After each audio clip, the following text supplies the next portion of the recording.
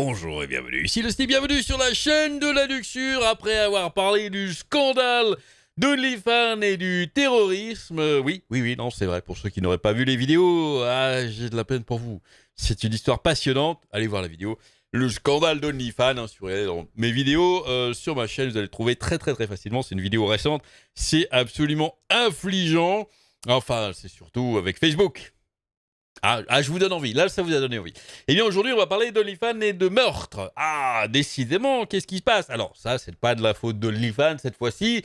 Mais voilà, un petit rappel sur comment fonctionnent un petit peu les réseaux sociaux et toutes ces personnalités, influenceurs, influenceuses, créateurs, créatrices de contenu, évidemment. On va voir. J'en bafouille décidément, cela aurait certainement pu être arrêté. Un ancien voisin s'exprime après que le mannequin OnlyFans a été accusé du meurtre de son petit ami. Elle est là, elle est toute triste. Courtney Clenay. C'est une photo, d'août 2022. Un ancien voisin a déclaré que de nombreux conflits avaient précédé le coup de couteau d'un petit ami par un modèle OnlyFans. Et Instagram, ça va de pair en général, dans l'appartement de luxe du couple en Floride. Ça marchait bien. Pour elle, ça marchait très bien. Ce voisin a dit que la Courtney Clenay, 26 ans, et la victime Christian Toby, 27, il s'appelait Toby, c'est son surnom, 27 ans, se sont livrés à des bagarres bruyantes alors qu'elle vivait dans un autre appartement au-dessus de lui à Austin, au Texas.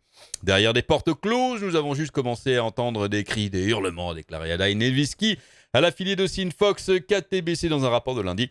Nous ne savons pas qui a commencé quoi, nous n'avons pas eu beaucoup de contexte. De temps en temps, nous entendions des verres se casser, des couches sur le mur, sur le sol. Je ne sais pas qui le faisait. Nesvisky, le voisin du dessous, a déclaré qu'il y avait même une bagarre où une peinture de tigre avait été jetée sur son balcon du 10e étage. Quand la peinture de tigre est lancée, c'est que ça va plus. La question de savoir qui a abusé de qui est au cœur de l'affaire Clenay.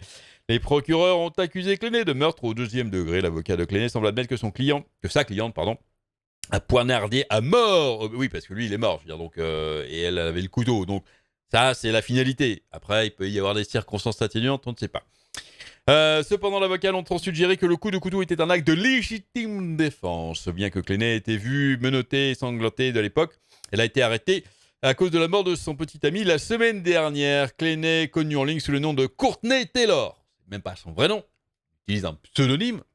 Et je précise bien parce qu'on va en venir là où je veux en venir, vous allez voir, a tué Obum Seli avec un puissant coup de couteau vers le bas, coupant une artère importante près de son cœur. Faut y aller en plus, c'est pas facile. Ont annoncé les autorités la semaine dernière, une autopsie, disent-ils, va à l'encontre de ce que Clenay avait dit au détective. Clenay avait affirmé qu'elle avait lancé le couteau sur Obum Seli à 10 pieds de distance. Alors, soit elle est championne olympique de lancer de couteau, parce que lancer à 10 mètres un couteau et toucher l'artère à côté du cœur, je sais pas si vous savez, il y a les côtes par là, il y a le truc, faut être balèze. Bon. Les procureurs disent que la blessure était si grave que Clenay n'aurait pas pu la causer en lançant le couteau. C'est pas possible. Ou alors faut être, je sais pas, lancé avec un lance-patate, peut-être, un truc puissant. Les autorités ont également publié des images d'ascenseurs datées du 21 février, environ un mois après le déménagement du couple en Floride pour renforcer leurs analyses sur laquelle Clenay. Donc ici, je vais le montrer quand même. Je ne fais pas dans le voyeurisme, ne vous inquiétez pas, vous allez voir où je veux en venir exactement, mais on voit ici une petite vidéo en fait qui était faite donc il y a quelques temps, le 21 février donc 2022, où effectivement le couple rentre dans un ascenseur et eh bien elle s'énerve et elle se jette sur lui, elle n'arrête pas de le taper, elle est visiblement très violente. Il se passe quand même pas mal de choses dans ce couple depuis pas mal de temps. On voit ici ça commence, ils se tapent, blablabla, bref. Dans l'enregistrement, Clenay est entrée dans l'ascenseur. Elle a semblé appuyer à plusieurs reprises sur un bouton d'un panneau numérique avant de se déchaîner, de frapper tout le panneau avec ses mains. À l'approche d'Obum Seli, Clenay a commencé à le frapper et à le pousser à plusieurs reprises, entrant en contact avec sa tête et son torse. Obum Seli a poussé Clenay en retour et à un moment donné a mis sa main sur son visage. Les procureurs ont résumé ces actions comme des postures défensives. L'avocat de la défense a dépeint Obum Seli comme le véritable agresseur. Bref.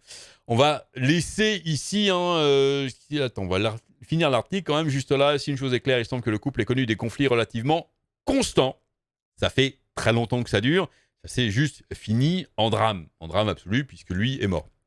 Je veux juste que les gens sachent que cela durait depuis longtemps et que cela aurait certainement pu être arrêté, aurait déclaré Nesvisky en faisant référence à ses anciens voisins.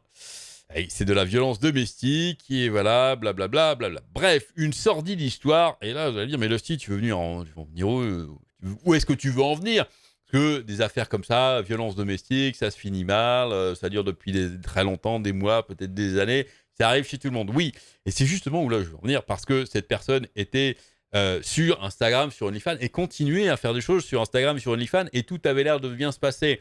Et je veux en venir sur le fait que euh, l'immense majeure partie de ce que vous voyez sur Instagram, sur Facebook, sur même OnlyFans, hein, même sur les trucs de cul, machin, où tout est beau, tout est rose, tout est magnifique, tout se passe bien, et on voit ces couples absolument géniaux, ils ont l'air de s'éclater, de vivre la vie rêvée, ils prennent juste 3 photos par jour, et puis ils font que ça, et ils font plein de thunes, et ils s'aiment, et c'est génial et tout. On a vu l'exemple aussi récemment de cette influenceuse, je sais plus, qui avait été tuée d'ailleurs par son petit ami, où carrément il la battait.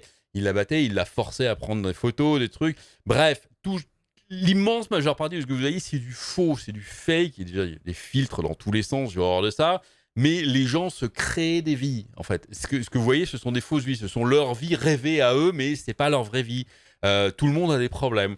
Tout le monde a, comme pareil, quand je vois sur Twitter des gens qui prennent des photos de leur bureau, de leur ordi, des trucs, et tout est nickel. Moi, je peux vous assurer que mon bureau, c'est le bordel. Hein, voilà, j'ai des trucs, de temps en temps, j'ai de la bouffe, je nettoie, voilà, mais voilà, j'ai des canettes qui traînent, et c'est normal. C'est tout à fait normal, voilà. J'aimerais que les gens prennent des photos de ça, de leur bureau en bordel, en fait, parce qu'il y en a un peu assez de faire croire qu'on mène tous une vie de rêve sur les réseaux sociaux, alors que c'est pas du tout vrai. Pareil, les maisons, bah, elles sont pas rangées, les baraques, voilà. Pareil pour ceux qui ont des enfants et les photos. Et les créateurs de contenu, donc spécialement sur Instagram, hein, avec les photos sur la plage, dans la ville, où ils sautent comme ça de joie, ils sont tout heureux et tout, c'est faux, c'est bidon. Tout le monde a des problèmes. Tout le monde, eh bien, tout le monde, personne n'est heureux à 100% dans sa vie. C'est pas vrai. On a tous des... Et j'aimerais que les gens partagent un petit peu plus d'honnêteté comme ça sur les réseaux sociaux. Donc voilà, une sordide histoire. Et pensez aussi hein, que les gens qui sont derrière, ça vaut ça marche aussi dans l'autre sens. C'est-à-dire que ce sont des vrais gens qui sont derrière. Ce ne sont pas juste des icônes sur lesquelles qu'on peut aduler ou qu'on peut cracher. Hein. C'est pas, ça reste des vraies personnes en fait qui sont derrière. Moi aussi, voilà, je suis une vraie personne avec un cœur qui bat, avec des sentiments. Voilà, c'est malheureux, c'est comme ça. Et c'est vrai qu'on aimerait plus que les voisins aient peut-être fait quelque chose aussi. Voilà, ne pas juste laisser faire. Et si vous entendez des gens avoir des... N'hésitez pas, si vous sentez qu'il y a des gens qui ont des problèmes, n'hésitez pas à faire des démarches, aller voir, ne serait-ce qu'à le parler, aller voir vers eux peut-être pour voir s'ils ont besoin d'aide. Allez, j'espère que cette petite vidéo vous aura plu. Dites-moi ce que vous en pensez dans les commentaires. Amusez-vous bien. Et à très bientôt.